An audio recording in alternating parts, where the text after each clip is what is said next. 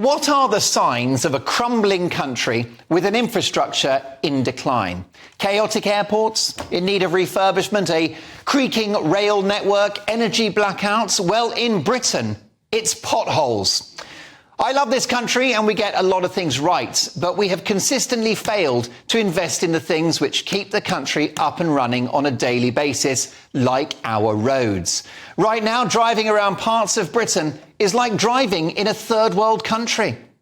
Now, luckily, I don't have a fancy car, but even my poor old Prius, which I think is 14 years old now, gets a bashing on the school run when I go to work or do a big shop at Sainsbury's. Other supermarkets are available.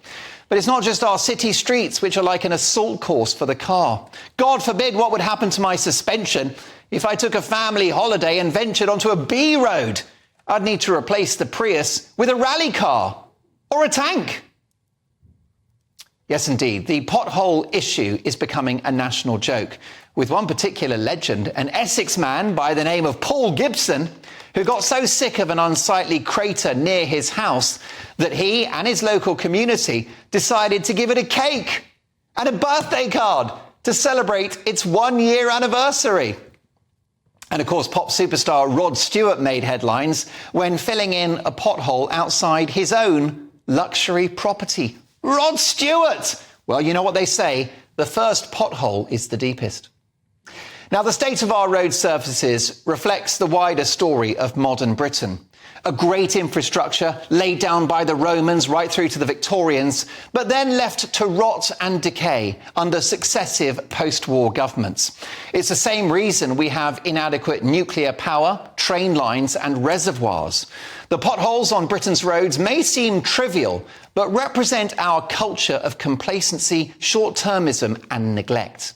During the war, the Allies had to rebuild bombed roads on an almost daily basis. But in safe modern Britain, it takes years to patch up some of our most important thoroughfares.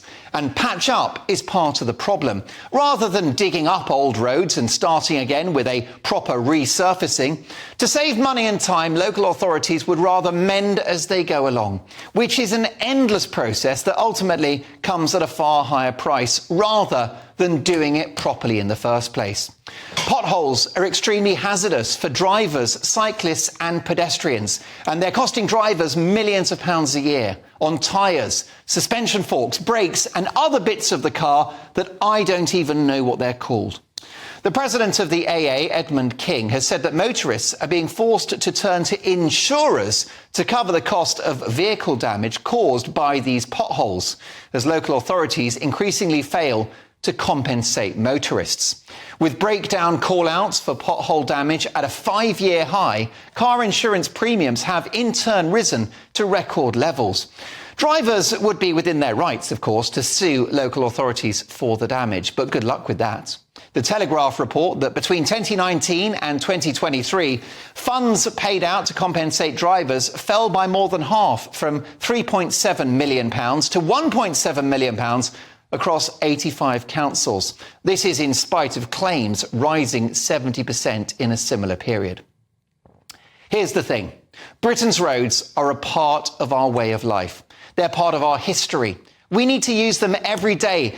They're the DNA of our economy and how we live. It's a scandal that we don't maintain them properly. Plus, potholed roads look terrible.